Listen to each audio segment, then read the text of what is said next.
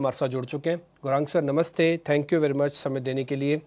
First एक take तो sir आपसे ये पहलगाम वाली पूरी खबर का चाहिए। अभी आपको भी लगता है कि सर सरकार की कार्रवाई ड्यू है? ये आपकी कैलकुलेशन क्या कहती है कि बड़े पैमाने पर होगी या फिर एक कैलकुलेटेड पैमाने पर होगी? दूसरा, इसका इम्पैक्ट मार्केट पे कितना आएगा? सर नमस्ते। धन्यवाद डिम्पल जी, आपका सभी को प्रणाम और शुभ प्रभात। तो देखिए, मेरी निजी निजी विचारधारा और मेरी व्यक्तिगत विचारधारा ये कहती है कि इसका उत्तर तो हमें देना होगा, ये शत प्रतिशत तय है। अब वो कितनी मात्रा में होगा, किस प्रकार से होगा, उस पर टिप्पणी करना मेरे ख्याल से बहुत ही कठिन है, क्योंकि विचारधारा सभी रक्षा मुखिया जो है उनके साथ वार्तालाप करके, रक्षा मंत्री के साथ कल देर शाम में भी मेरे ख्याल से माननीय प्रधानमंत्री जी के निवास स्थान पर एक बैठक हुई थी इसी को लेकर के, और आगे की रणनीति क्या हो, किस प्रकार से हो और किस प्रकार से हमें उत्तर देना चाहिए, इसकी चर्चा हो रही थी। तो मेरे ख्याल से आत्मचिंतन बिल्कुल करेंगे। अब वो कितने हद तक होगा, जो आपका प्रश्न है डिम्पी जी, उसका उत्तर देना मेरे लिए तो क्या, कोई भी विशेषज्ञ जो रक्षा से जुड़े हुए हैं, जो सरकार के बाहर है, उनके लिए भी ये टिप्पणी करना बहुत ही मुश्किल है, क्योंकि हम ये नहीं जान सकते हैं कि रक्षा मंत्री, रक्षा मंत्रालय, तीनों मुखिया जो रक्षा के हैं, उनके तरफ की विचारधारा, और फिर हमारे जो डोवेल साहब है वो क्या वार्तालाप करते हैं, वो बहुत मुश्किल है। तो प्रतिक्रिया होनी चाहिए, ये अनिवार्य है। जवाब, उत्तर देना चाहिए, ये भी मेरे ख्याल से बहुत ही जरूरी है। कितना होगा उसका असर बाजार पर, ये कहना बहुत मुश्किल है। एक असर तो हमने शुक्रवार को दे दिया था, क्योंकि हमें लग रहा था कि शायद शनिवार रविवार को सरकार के तरफ से कोई आक्रामक परिस्थिति खड़ी हो सकती है, लेकिन ऐसा कुछ हुआ नहीं। मेरे ख्याल से नपातुला मापदंड को ध्यान में रखते हुए और वहां के नागरिकों को कोई हताहत ना हो, इसका भी हम ध्यान रखेंगे। भले वो ये विचारधारा रखे या नहीं रखे, लेकिन हम भारत में हमारी ये विचारधारा है। उत्तर तो देना होगा, लेकिन किस प्रकार से, कितनी मात्रा में, और उसका असर शेयर बाजार में क्या होगा, ये कहना थोड़ा मुश्किल है। लेकिन मैं फिर भी यही कहूंगा डिम्पी जी, क्योंकि मुझे पता है आपका प्रश्न ये किस तरफ था। अगर ऐसा कुछ होता है और बाजार में गिरावट आती है, तो मेरे ख्याल से खरीदारी का बहुत बड़ा मौका में गिरावट आती है तो खरीदारी का मौका बड़ा होगा। और पूरे देश में जन भावना यह है कि पाकिस्तान को इस नापाक हरकत के लिए जवाब दिया जाए, माकूल जवाब दिया जाए। सरकार ने कुछ कुछ रेस्ट्रिक्शंस लगाए हैं, जैसे कि इंडस वाटर ट्रीटी को ख़त्म किया है। पाकिस्तान को पानी की किल्लत होगी, साफ साफ है पाकिस्तान बौखलाया हुआ है। और सीमा पर हम देखने की तनाव भी है, वो लगातार एक गतिरोध क्रिएट करने की कोशिश की जा रही है पाकिस्तान की तरफ से। 5वें दिन सीज फायर वायलेशन हुआ है और वहां पर तनातनी बढ़ी हुई है। और इस बीच एक अपडेट ये भी आया था कि चीन भी, जो कि पुराना सहयोगी है पाकिस्तान में, उसके इकोनॉमिक इंटरेस्ट जुड़े हुए हैं, तो पाकिस्तान के समर्थन बातचीत कर रहा है और ये कहा है कि इसकी निष्पक्ष जांच होनी चाहिए जो पहलगाम में जो टेरर अटैक हुआ है।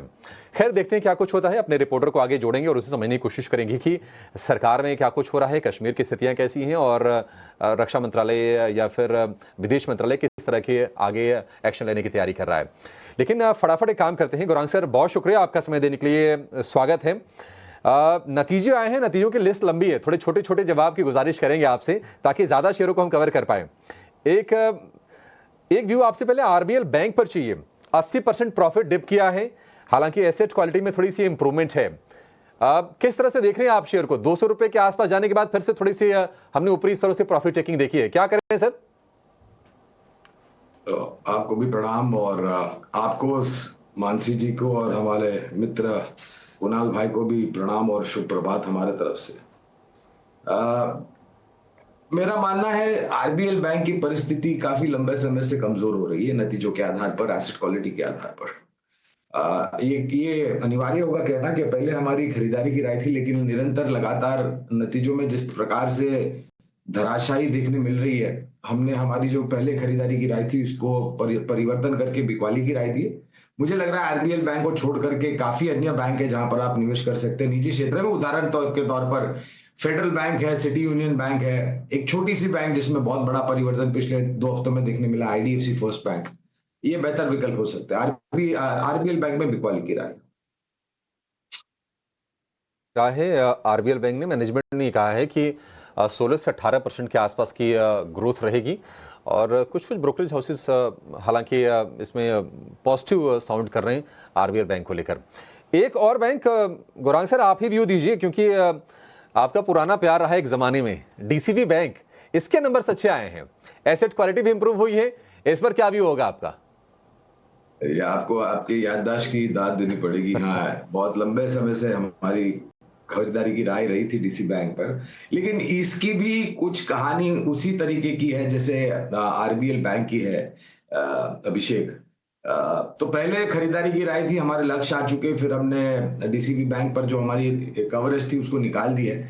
मैं इस बैंक में भी वही कहूंगा जो मैंने आरबीएल बैंक में कहा कि ये दोनों बैंकों के छोड़ करके federal bank, city union bank, IDFC first bank, ये सब बेहतर विकल्प है। स्पेस पर आपका टेक एक बार जानना चाहूंगी।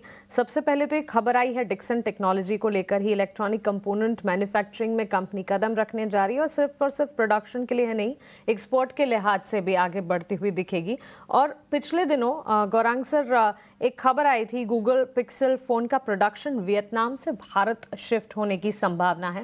हालांकि सूत्रों के हवाले से खबर थी, लेकिन गूगल पिक्सल फोन की कॉन्ट्रैक्ट मैन्युफैक्चरर भी है Dixon technologies.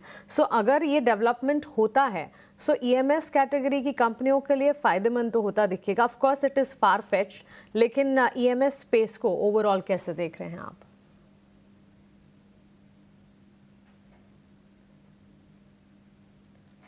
Gaurang sir please unmute yourself. क्षमा चाहता हूँ मानसी इसके लिए।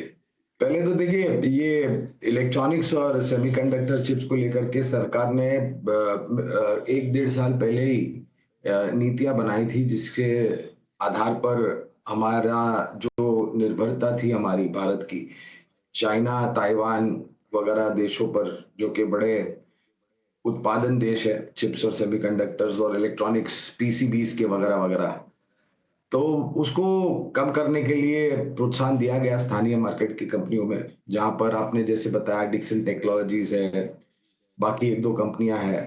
तो ये क्षेत्र हमें पसंद आता है, ईएमएस क्षेत्र जिसे हम कहते हैं, electronics manufacturing and supply component. और यहाँ पर एक कंपनी जहां पर हमारी खरीदारी की राय है वो है पीजी इलेक्ट्रोप्लास्ट लिमिटेड, मानसी। ये मैं बुनियादी तर्क के आधार पर लंबी अवधि के लिए बात कर रहा हूँ। हाँ, लेकिन हमने ये भी देखा है डिक्सन टेक्नोलॉजीज पिछले 1-1.5 साल में बहुत ही शानदार और बेहतरीन प्रदर्शन दिया है। 18,000-19,000 के पार गया, फिर नीचे आया 12,000-13,000 के आसपास और फिर वापस 16,500 के आसपास। कहने का तात्पर्य ये है, और आपका प्रश्न का उत्तर देते हुए, कि उभरता हुआ क्षेत्र है, सफलता टेक्नोलॉजी के आधार पर और आखिरकार एक मास स्केल प्रोडक्शन जो होता है जिससे फायदा इन सब कंपनी को मिलता है, वो कब तक शुरू होने वाला है उस पर थोड़ी बहुत अनिश्चितता का वातावरण है। लेकिन एक उभरता हुआ क्षेत्र लग रहा है ईएमएस या फिर चिप्स, सेमीकंडक्टर एंड पीसीबीज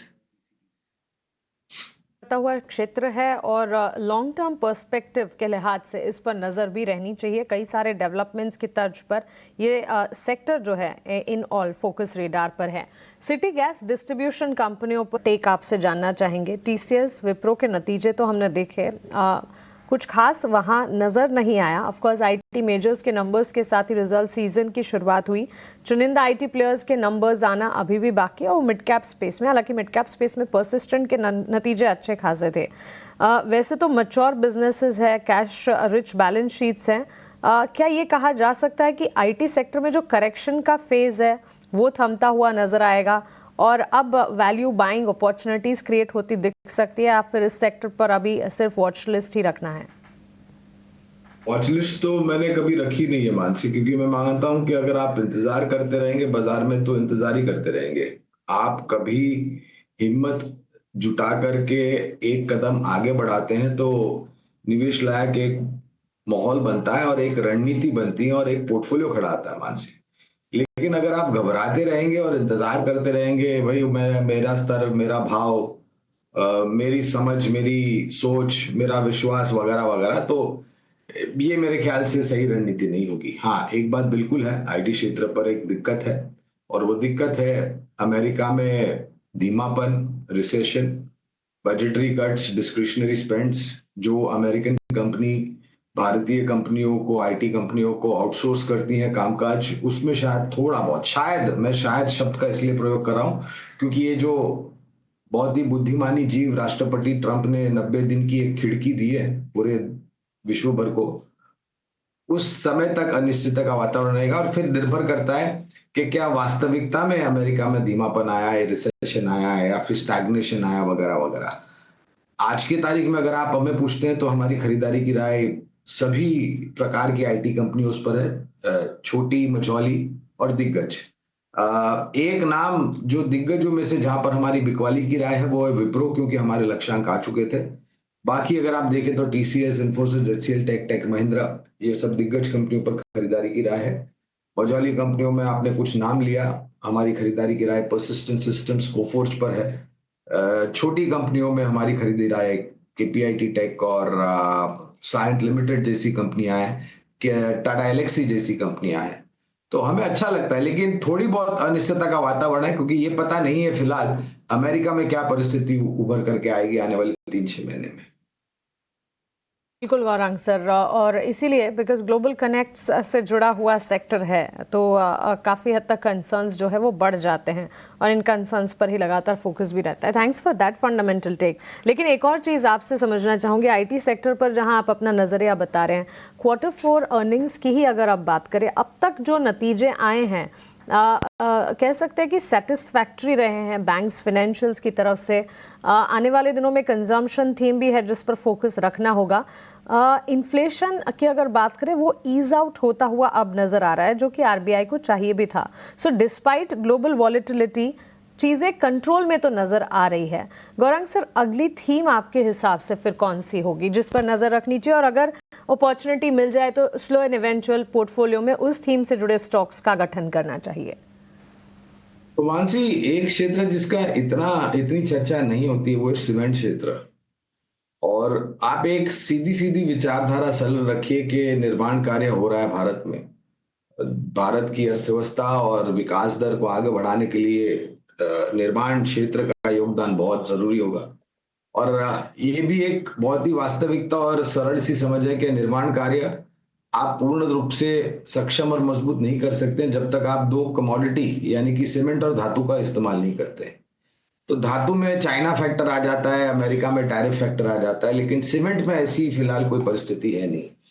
केंद्रीय स्तर पर निर्माण ढांचा खड़ा कर रही है सरकार, राज्य स्तर पर अलग अलग राज्यों में अलग अलग सरकारें निर्माण ढांचा खड़ा कर रही है।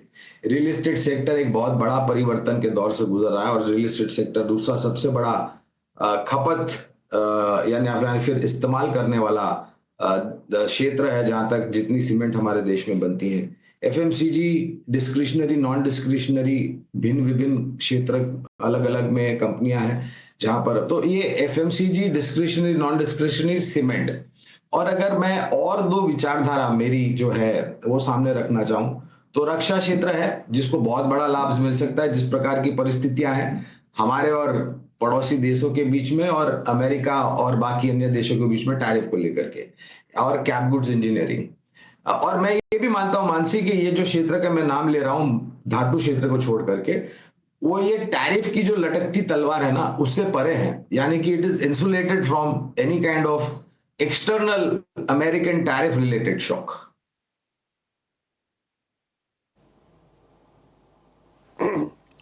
आपका अच्छा एनालिसिस है और आप जो सीमेंट की पूरी बात बता भी रहे हैं गुरांग सर, ये काफ़ी सुनने लायक है। खैर एनी हाउ, मैं थोड़ा और आगे बढ़ जाता हूँ। देखिए 24 हमने काफ़ी अच्छी बाइंग दिखी शुरुआत में, जब गर्मियों की शुरुआत ही हुई थी या फिर उसके पहले ही थोड़ी सी ये चलने शुरू हो गए थे, फिर प्रॉफिट टेकिंग भी आई। आज हम देख रहे हैं कि ब्लू स्टार में अच्छी बाइंग हो रही है। ब्लू स्टार में करीब 3.25% के आसपास की तेजी है, और अगर मैं वोल्टास की बात करूं तो वोल्टास का शेयर भी करीब 2.25% ऊपर है। आपको लगता है सर कि ये थीम एक्टिव रहेगी? अगर हाँ तो आपका पसंदीदा शेयर इसमें से कौन सा है? अभिषेक जी, गर्मी हर साल आती है, हर साल हम देखते हैं कि गर्मी के सीजन या फिर गर्मी का मौसम शुरू होने से पहले वोल्टास, ब्लू स्टार, सिम्फनी जैसी जो कंपनियां हैं उसमें एक मोमेंटम बाइंग आती है और फिर फीकी पड़ जाती है। हमारी सोच और विचारधारा ये कहती है, और अगर माननीय वित्त मंत्री जी श्रीमती निर्मला सीतारामन जी ने जो बजट में परिवर्तन किया है टैक्स को लेकर के 12,75,000 तक अगर आप कमाते हैं तो कोई टैक्स नहीं भरना पड़ेगा, तो लोगों की खर्च करने की ताकत और क्षमता है वो धीरे धीरे बढ़ जाएगी और उसका जमीनी स्तर पर असर आपको इस नए वित्तीय वर्ष में तीसरी तिमाही में अक्टूबर, नवंबर, दिसंबर के आसपास आता हुआ दिखेगा और वो निरंतर बरकरार रहेगा लंबी अवधि के लिए। ये कंपनीज जो आती है वो डिस्क्रिशनरी स्पेंड में आती है, consumer goods, white gold, capital goods, etcetera etcetera. तो हमारी खरीदारी की राय ब्लू स्टार, वोल्टास और सिम्फनी, ये तीनों कंपनियों पर है लंबी अवधि के लिए। सर सिम्फनी पर फोकस होना चाहिए, एंट्री अपॉर्चुनिटी मिलने पर खरीदारी की राय यहाँ पर बनाकर चल सकते हैं। अच्छा एक्शन है और सीजनलिटी फैक्टर के लिहाज से आगे